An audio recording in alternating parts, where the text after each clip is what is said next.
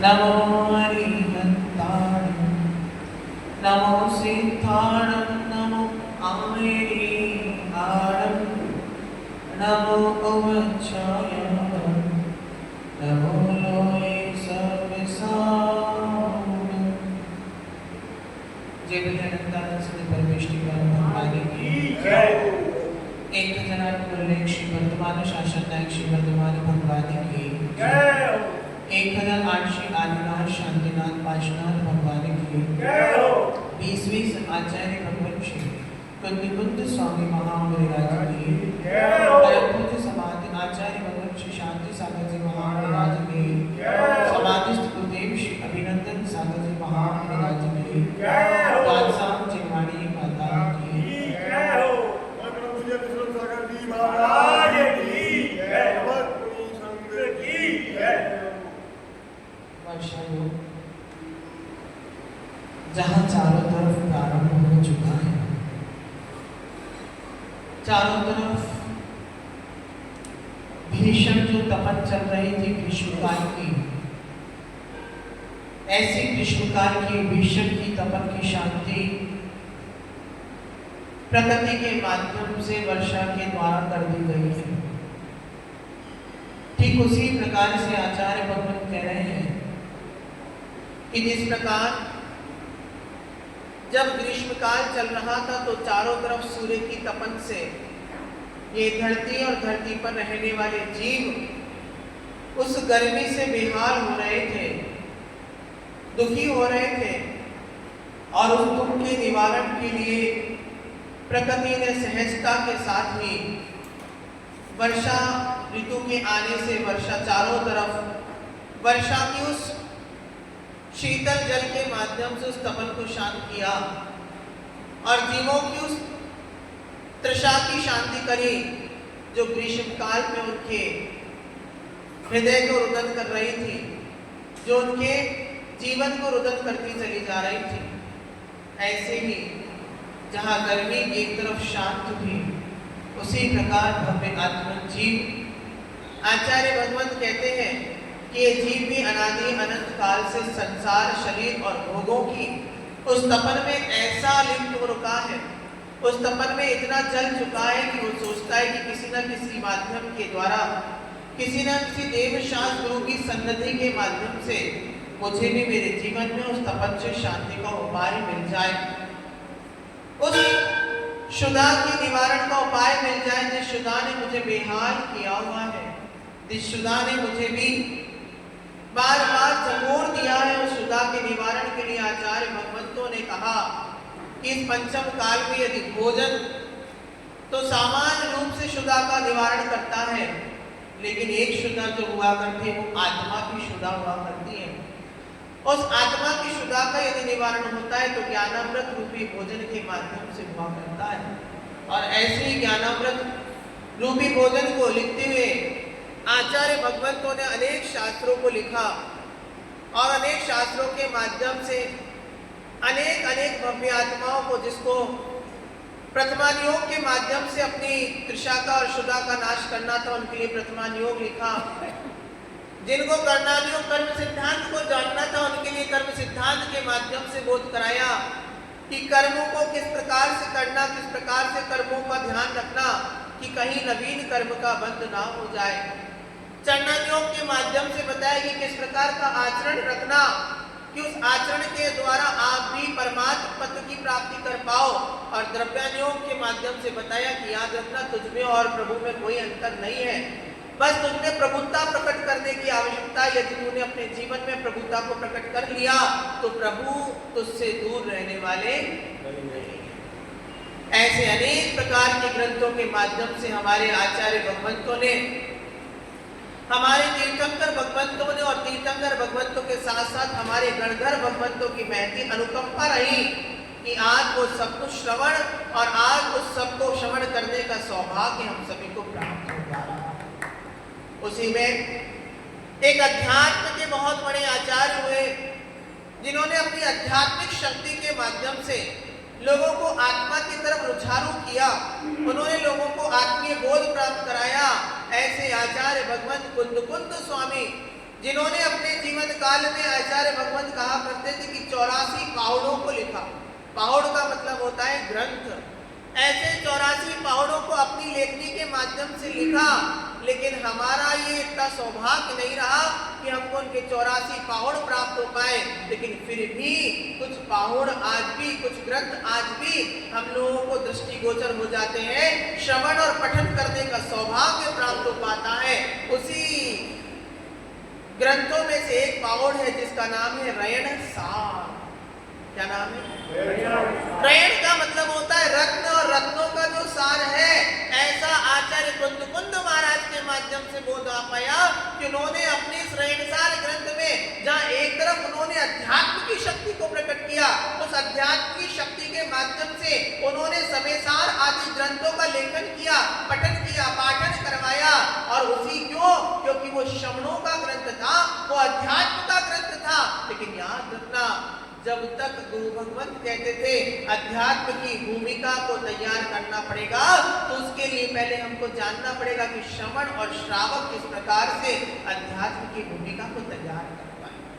जहाँ एक और उन्होंने साधु संतों के लिए बता दिया, श्रवण संस्कृति के लिए बता दिया कि याद रखना, केवल नग्नता से तुम्हारा मोक्ष मार्ग संभव नहीं है, खाली नग्न हो जाने के बाद तुम्हारा मोक्ष मिल जाना संभव नहीं है। अभी तो नग्न होने के बाद करना क्या है? जैसे दुकानदार दुकान खोल ले, लेकिन उसको ये पता नहीं हो कि व्यापार का आदान और प्रदान करना पड़ेगा, वस्तु का अभिनय विनय करना पड़ेगा, तब जाकर के धन का लाभ हो सकता है। उसी प्रकार से आचार्य भगवंत समेसार में बताया कि मुनि बनना है, लेकिन मुनि बनने के बाद करना क्या पड़ेगा ये भी जानना जरूरी है।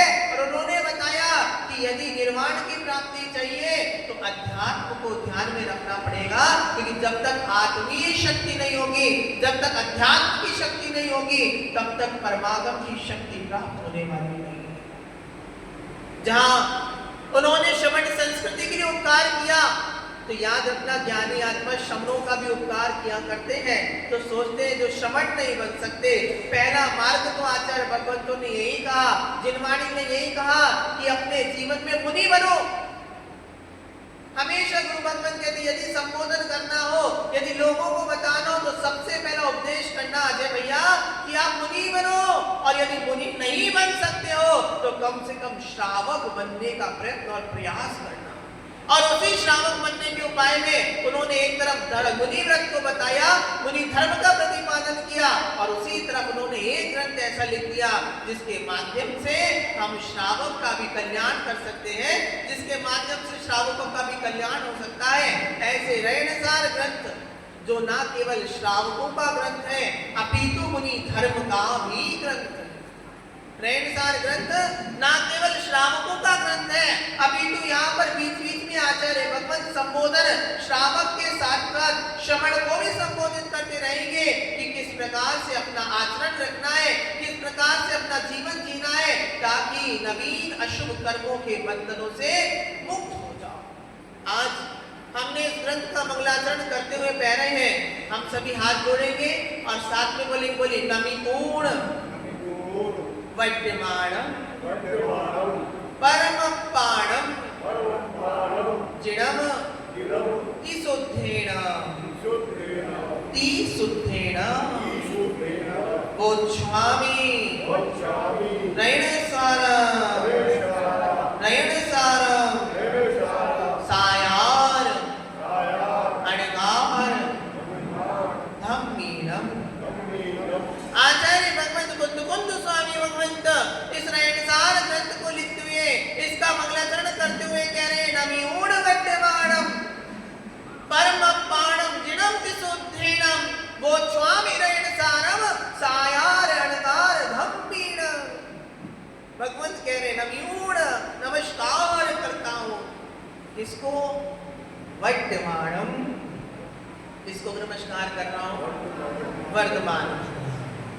यहाँ वर्तमान शब्द आचार्य भगवंत कहते जब आप व्याकरण को पढ़ते हैं तो उसमें याद होता है शब्दानाम अनेका अर्थ। एक शब्द के अनेक अर्थ हुआ करते हैं, एक शब्द के कई प्रकार से अर्थ निकाले जा सकते हैं। और यहाँ पर भी आचार्य कुंद भगवंत ने नमिऊढ़ वड्यमाणम शब्द को लिखते हुए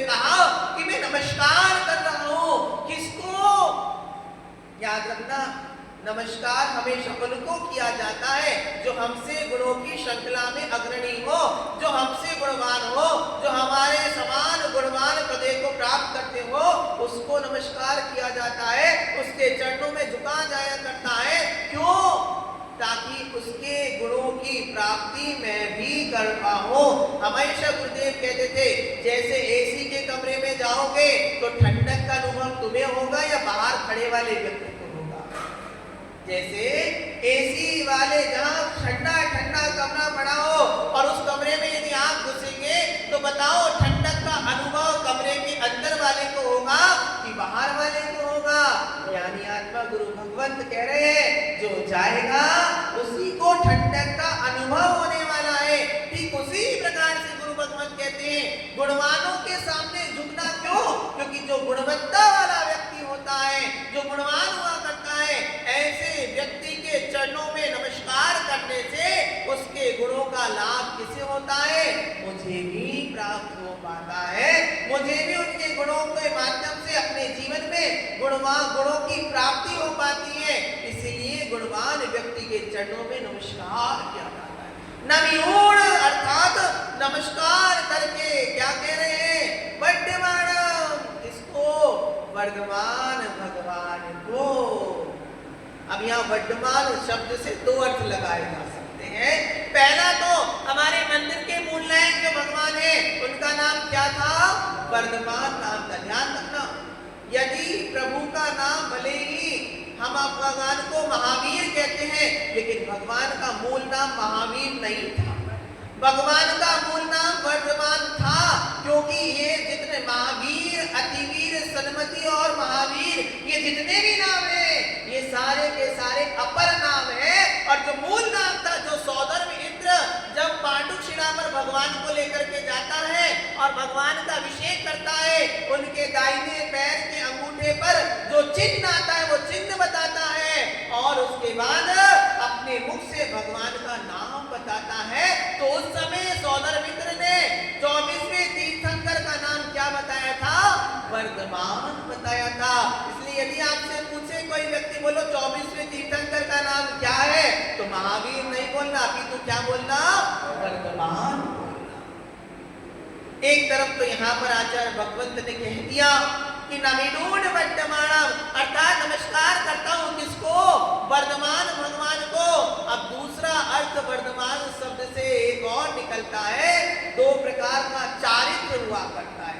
एक चारित्र होता है हीयमान चारित्र और दूसरा चारित्र हुआ करता है वर्धमान चारित्र। जितने भी जीव हुआ करते हैं ये दो प्रकार के चारित्र का पालन किया करते हैं, दो प्रकार के चारित्र को पाला करते हैं। एक हीयमान चारित्र और एक वर्धमान चारित्र। अर्थात हमारे गुरु भगवंत बताया करते हैं जैसी विशुद्धि दीक्षा के समय थी ऐसी विशुद्धि होना बड़ा मुश्किल होता है इस पंचम काल। ऐसा कहा जाता है कि सप्तम गुण स्थान कब बनता है ये किसी को पता नहीं लग सकता, लेकिन एक समय ऐसा होता है कि जिस समय नियम से सप्तम गुण स्थान बनता ही बनता है।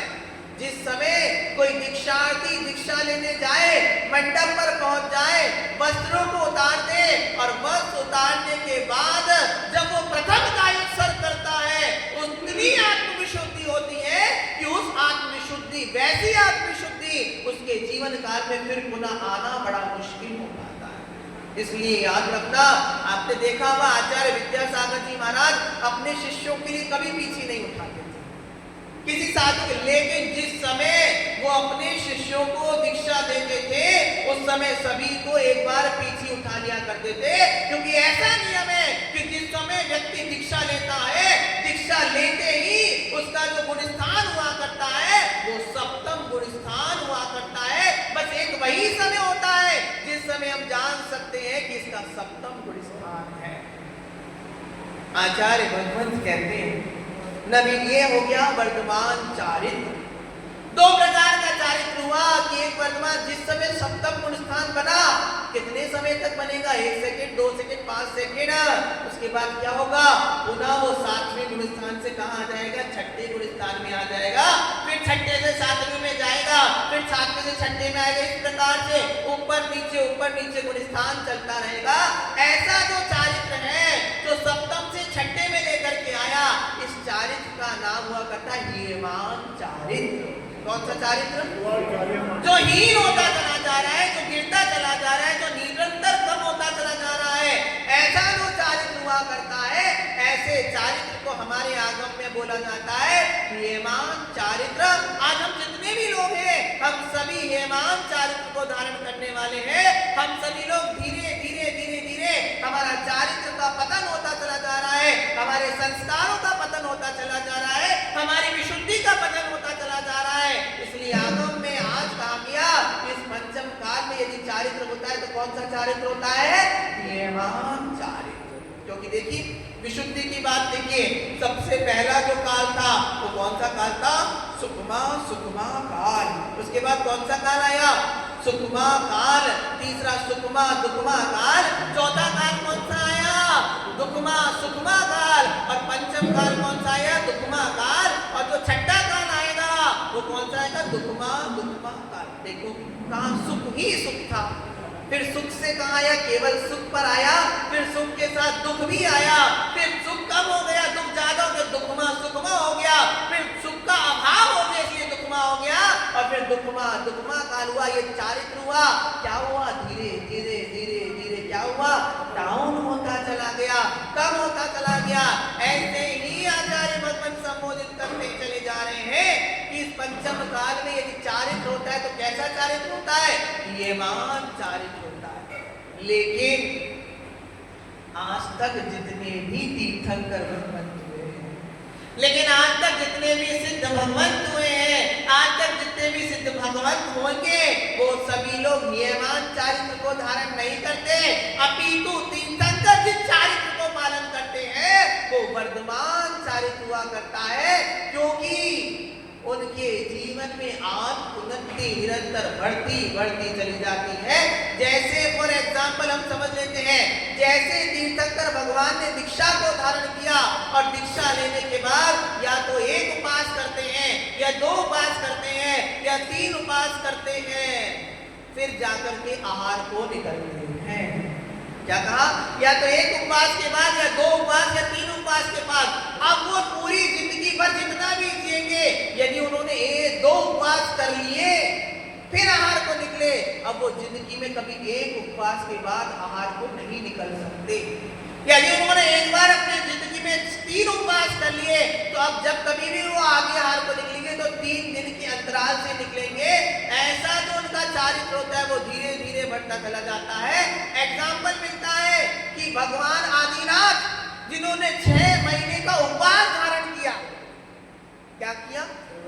भगवान आदिनाथ जिन्होंने 6 महीने का उपवास धारण किया, और 6 महीने उपवास के बाद जब आहार को निकले तो आहार की विधि नहीं मिली। आहार की विधि नहीं मिलने के कारण क्या हुआ? उन्होंने पुनः उपवास को धारण कर लिया। अब वो निकलने तो कितने मिले? 6 महीने 12 दिन के बाद फिर उन्होंने मुद्रा बनाई और आहार के लिए निकल गए। यानी कहने का तात्पर्य है कि एक बार जितने उपवास कर लिए अब उससे कम नहीं हो सकते, उससे बढ़ते चले जाएंगे। ऐसे वर्तमान चारित्र को धारण करने वाले जितने भी अरहंत भगवान हैं, सिद्ध भगवंत हैं, आचार्य उपाध्याय और साधु भगवंत हैं, नवयुण उन सभी वर्तमान चारित्र को धारण करने वाले। यहाँ तो केवल वर्तमान को बोला गया था, लेकिन वर्तमान चारित्र से क्या अपेक्षा लगा ली कि जितने भी वर्तमान चारित्र को धारण करने वाले पंच परमेश्वरी हैं, उन सभी को क्या कर रहा हूं? नमस्कार कर रहा हूं। क्यों? क्योंकि वो क्या है? परमात्मा, परम पाणम। 3 प्रकार की आत्मा होती है, अंतरात्मा, बहिरात्मा और परमात्मा। अर्थात बहिरात्मा जिसका आत्मा सिद्धांत शरीर, जिसका कभी भी अपनी आत्मा के प्रति अंतरंग का भाव नहीं हुआ, अपने आत्मा को देखने का भाव नहीं हुआ, ऐसी जितनी भी आत्मा है वो बहिरात्मा है, जिनको आगम में मिथ्या दृष्टि जीव कहा जाता है। इसका अपर नाम यदि ले लिया जाए, इन सभी को बहिरात्मा कहा जाता है। दूसरा होता है अंतर आत्मा, जितने भी सम्यक दृष्टि जीव है, जिनकी दृष्टि में ये बोध है, जिनको इतना बोध है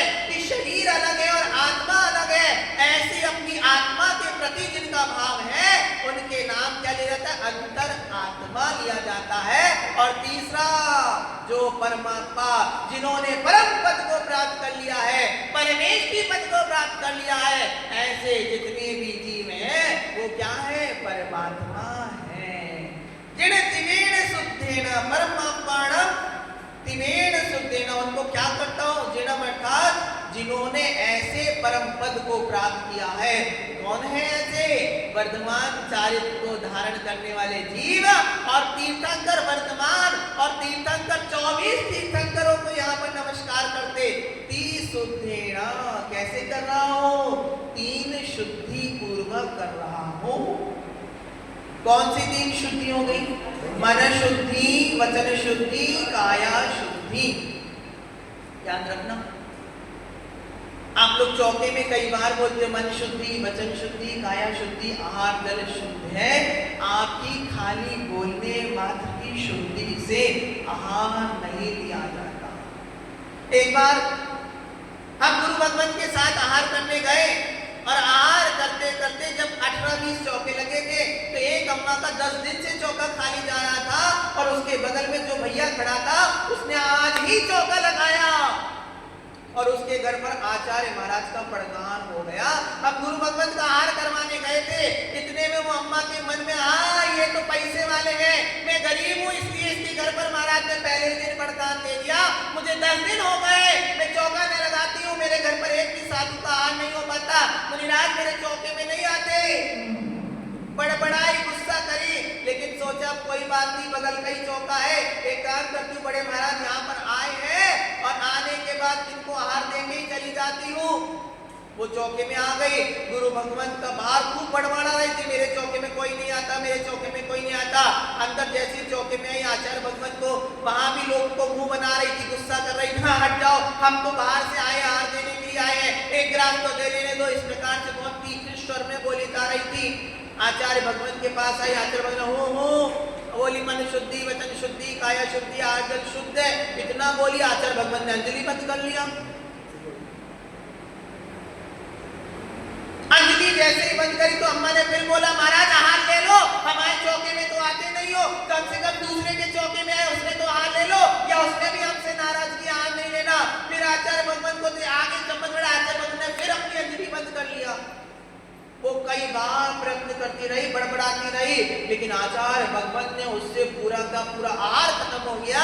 लेकिन आचार्य भगवंत उसको कहा साइड में खड़े हो जाओ, हम आहार लेते हैं।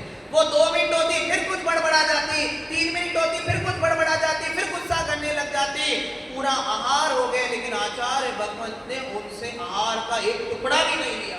और जैसे आहार करके आचार्य भगवंत बैठे, वो अम्मा इतनी चिल्लाई, इतना गुस्सा करी, हम गरीबों का कौन होता है, हमसे कोई आहार नहीं लेता है, ऐसा बोलने लगी। जब आचार्य भगवंत को पीछे मिल गई और पीछे मिलने के बाद जब आचार्य भगवंत जाने लगे तो उस अम्मा से एक व्यक्ति ने पूछा महाराज इस अम्मा की क्या गलती थी जो आपने इस अम्मा से आहार नहीं लिया? ये गरीब थी इसलिए आपने आहार नहीं लिया। तो आचार्य भगवंत ने बोला बेटा यहाँ गरीब और अमीर का भेद नहीं चल रहा। जिस समय मैंने अम्मा से बोला अम्मा शुद्धि बोलो, तो अम्मा बोली मन शुद्धि, वचन शुद्धि, काया शुद्धि, वो बोल तो रही थी लेकिन उसका मन शुद्ध नहीं था। मन में रात की बात चल रही थी कि मेरे घर पर आहार करने नहीं आए इसलिए मैं यहाँ आहार देने आई हूँ। उसके वचन इतने तीक्ष्ण थे कि चुभ रहे थे। याद रखना खाली बाहर से शुद्धि बोलने से काम चलने वाला नहीं है। मन शुद्धि का मतलब होता है मेरा मन शुद्ध है, उसमें राग द्वेष की बातें नहीं चल रही, उसमें कषाय की बातें नहीं चल रही, उसमें मैं और तेरे की भावनाएं नहीं चल रही, उसमें तो एक ही विशुद्धि चल रही है। आओ भाग्य मेरा आया कि आज मैं गुरु के दर्शन और आहार नाम कर पाया। ऐसी मन शुद्धि होती है। लोग वचनों में कितना कुछ बोल जाते, पड़गान करते करते भी अशुद्ध बोल जाते। एप्पल काट लाओ, तुम्हारी वचन शुद्धि कहाँ गई? तुम्हारी वचन वर्गणाएं कहाँ गई? रोटी गरम गरम ले आओ। याद रखना षटकाय जीवों की हिंसा के त्यागी है, और जहां पर 6 प्रकार के जीवों की हिंसा होती है ऐसी जगह मुनिराज आहार नहीं कर सकते। इसीलिए गुरु भगवंत ने कहा कि जहां पर लाइट पंखा सब क्यों बंद करवाते हैं, क्योंकि याद रखना अहिंसा हमारा मूल धर्म है। और जितनी आहार देने वाले लोग सुन लेना, कभी भी चौके में ये नहीं कहो ये गरम कर लाओ, ये गरम करके लेके आओ, ये गरम रोटी ला करके तो कभी नहीं देना। आचार्य भगवान कहते कि मुनिराज किसके त्यागी होते? षटकाई जीव की हिंसा के त्यागी होते हैं। अब अग्नि पर गरम करेंगे तो बोलो अग्निकाय जीवों की विराधना होगी कि नहीं होगी? तो बताइए, जहां पर विराधना हो रही है वहां पर साधना कैसे संभव हो पाएगी? इसलिए बताया गया, पंच सूना हुआ करते थे हमारे घरों में। कभी भी मुनिराज के सामने मिक्सी नहीं चलाते थे, कूटा काटी नहीं करते थे, पानी नहीं भरा करते थे। पंच सूनी जगह जहां नियम रूप से हिंसा होती ही होती थी। आजकल इन सब चीजों का विवेक खत्म हो गया, बस चौका लगाना फॉर्मेलिटीज बनता चला गया। याद रखने आप, आचार्य भगवान कह रहे जब तक मन शुद्धि नहीं होगी, वचन शुद्धि नहीं होगी, काय शुद्धि नहीं होगी, आप कितना भी आहार दे लेना, और मुनिराज यदि आहार ले भी ले ना तो वो मुनिराजों के गुण करने वाला है, ना आपको आहार दान मोक्ष दिलवाने वाला है। क्योंकि बिना शुद्धि के दिया गया दान तुम्हारे जीवन में कोई लाभ को देने वाला नहीं है। एक बार एक व्यक्ति छू गया, एक बार छू गया, दो बार छू गया, उसका अशुभ कर्म का ऐसा होता कि दो बार छूल गया, छूलने जैसे ही दूसरी बार उसको किसी व्यक्ति ने छू, इतना बड़बड़ाया, इतना बड़बड़ाया, उस व्यक्ति ने दूसरी बार से महाराज के दर्शन करने आने। कैसे असभ्य लोग रहते हैं। याद रखना, गुरुदेव कहते थे तुम्हारा 16 छुल जाए, छुल जाने देना, लेकिन किसी का दिल कभी छुलने मत। आपको देख करके यदि किसी की भावनाएं खराब हो तो आपकी शुद्धि किसी भी काम की नहीं है। यहाँ पर कह रहे हैं कि उन वर्धमान को, चारित्र को, वर्धमान भगवान को नमस्कार कराओ। कैसे? मन, वचन और काय की तीनों प्रकार की शुद्धि को अपने अंतरंग में लेना। मन शुद्धि यानी मन पवित्र है, भक्ति से भरा हुआ है, वचन प्रभु आपका गुणगान कर रहे हैं, और तन की शुद्धि, स्नान आदि करके आया हूँ, शुद्धि करके आया हूँ, शुद्ध वस्त्र पहन करके आया हूँ। ऐसे तीनों योगों के माध्यम से मैं क्या कर रहा हूँ? जिनेंद्र प्रभु को नमस्कार कर रहा हूँ। क्यों कर रहा हूँ? उसके पीछे कारण है। ऐसे ही नहीं कर रहा हूं क्योंकि हे भगवान वो स्वामी रहन साराम, मैं एक ग्रंथ लिखना चाहता हूं। वो स्वामी मतलब हे भगवंत, मैं आपके चरणों में एक ग्रंथ कहना चाह रहा हूं, लेकिन याद रखना मेरा नहीं कह रहा हूं, मेरी बात नहीं कह रहा हूं। वो स्वामी शब्द का आचार्य भगवान कहते हैं कि इस ग्रंथ का मैं कर्ता नहीं हूं, क्योंकि ये कर्ता आज तक जितने भी ग्रंथ लिखे गए हैं वो तीर्थंकर की दिव्य देशना है, और उस तीर्थंकर की दिव्य देशना को गणधर भगवंतों ने कितनी महानता है हमारे आचार्य भगवंतों की, स्वयं ने लिखा। कुंद कुंद स्वामी ने एक एक शब्द का संकलन करते हुए पूरे ग्रंथ को लिखा, लेकिन ग्रंथ को लिखने के बाद भी कह रहे हैं कि मैं इसका कर्ता नहीं हूं, मैं इसका केवल वक्ता मात्र हूं। कितनी निर्मलता है। आपका घर बना लो तो क्या मैंने बनाया, एक एक रुपया जोड़ करके मैंने किया है ऐसा काम, ये मैंने बनवाया है, ये माइक मैं लेकर के आया हूँ, ये पुस्तक मैं लेकर के आया हूँ। लेकिन देखो इतना बड़ा साहित्य लिखने के बाद भी कह रहे हैं इसका कर्ता मैं नहीं हूँ, बल्कि मैं तो केवल इसका वक्ता मात्र हूँ, मैं तो खाली कहने की कोशिश कर रहा हूँ। इसके कर्ता कौन है? स्वयं तीर्थंकर भगवान है, जिन्होंने खुद उस मार्ग पर चलते हुए हमको उस मार्ग का संबोधन दिया। ये होती है हमारे आचार्यों की महानता, ये होती है हमारे आचार्यों भगवंतों का अभिमान का नहीं होना, ये होता है मान के खंडन की पुष्टि करना कि मैं कुछ भी नहीं हूं। Who are you? आप कौन हो, क्या हो? कुछ नहीं हो। याद रखना, आप सब कुछ सोच रहे हैं सब कुछ मेरा, लेकिन कब तक है? जब तक आंख खुली हुई है तब तक सब कुछ आपका है।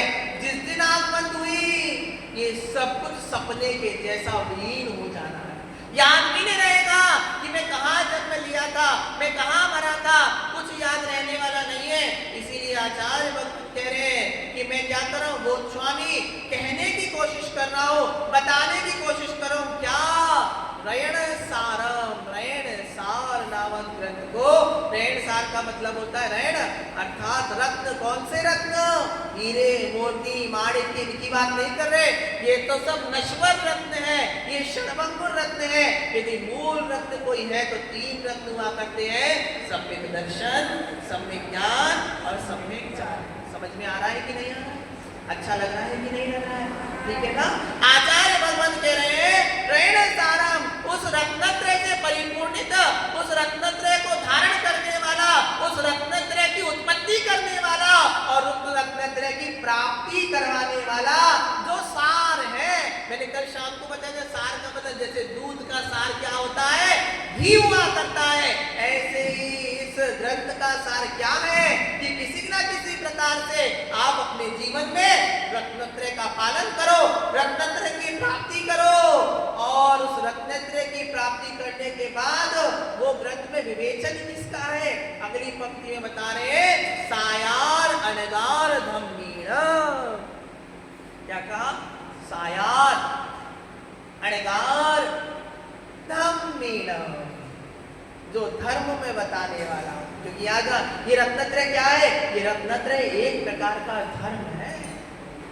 यो ये रत्नत्रय मेरी आत्मा का नेचर है। मैंने एक दिन बताया था बॉटम मीन्स ऑफ धर्म, धर्म जो धर्यते इति धर्म, जो धारण कर लिया जाता है वही धर्म होता है। जो धारण कर लिया जाए, जो पहन लिया जाए, जो पुखराज भैया धारण तो आप कपड़े भी करते हो, चश्मा भी पहनते हो, अंगूठी भी पहनते हो, तो क्या ये अंगूठी पहनना भी धर्म हो गया? आचार्य भगवान कहते ज्ञानी आत्मा धारण आप बहुत सारी वस्तु कर रहे हो, पैंट रोज पहनते हो लेकिन क्या करते हो, एक टाइम पीरियड के बाद उसको उतार देते हो।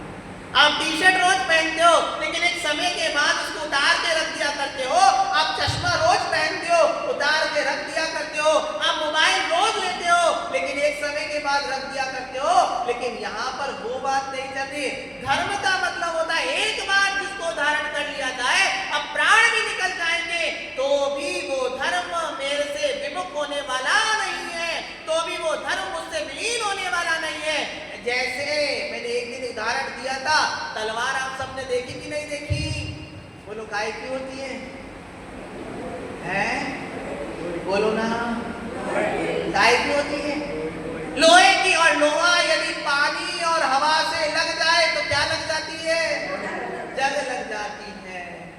इस जंग से बचाने के लिए अगर तलवार पर जंग लग जाएगी, तलवार की कीमत खत्म हो जाएगी। तो क्या होता है, लोहे की तलवार बनाने के बाद उस तलवार के ऊपर लोहे का पानी चढ़ा दिया करते हो।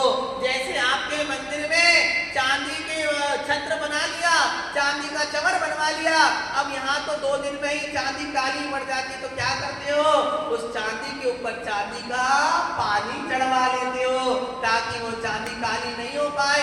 ऐसे ही उस तलवार पर क्या होता है, उस लोहे की तलवार के ऊपर लोहे का पानी चढ़वा लिया, उससे क्या होगा, अब वो जंग से रहित हो जाएगा, जंग लगने वाली नहीं है। ठीक उसी प्रकार से अब तलवार कट जाएगी, टूट जाएगी, नष्ट हो जाएगी, लेकिन 3 काल में भी उसके ऊपर से लोहे का पानी खत्म होने वाला नहीं, निकलने वाला नहीं है। जैसे लोहे की तलवार पर एक बार लोहे का पानी चढ़ता है तो वो कभी निकलने वाला नहीं है, ऐसे ही इस आत्मा के ऊपर एक बार धर्म की संगति चढ़ जाए, एक बार धर्म का मर्म समझ में आ जाए, एक बार धर्म का भाव समझ में आ जाए, तो फिर कभी भी इस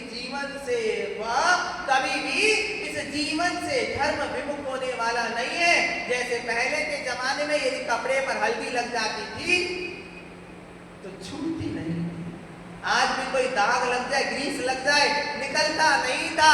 ऐसे ही आचार्य भगवान कह रहे हैं वो जो धर्म है, कैसा धर्म है, वो धर्म मेरे मर्म को समझने वाला है, वो धर्म मेरी आत्मा को समझाने वाला है, वो धर्म मुझे समझाने वाला है कि यदि तूने विपरीत दिशा में कोई भी कार्य किया, यदि तूने विपरीत दिशा में कोई भी कर्तव्य किया, तो याद रखना तू धर्म की संज्ञा को छोड़ के अधर्म बन जाएगा, और जब अधर्मी हो जाएगा तो तेरा संसार बढ़ जाएगा। इसलिए आचार्य भगवान कुंद स्वामी कह रहे हैं, वो स्वामी ऐसा कहना चाहता हूं किसको, रैणसार ग्रंथ को, किसके लिए, सायार अणगार धम्मीण। 2 प्रकार का धर्म होता है, एक सागार धर्म होता है, एक अणगार धर्म होता है। क्या कहा, एक कौन सा होता है, सागार, और दूसरा धर्म कौन सा होता है, अब आपका धर्म कौन सा है, सागार धर्म है कि अणगार धर्म? हाँ, दो प्रकार का धर्म हुआ करता है।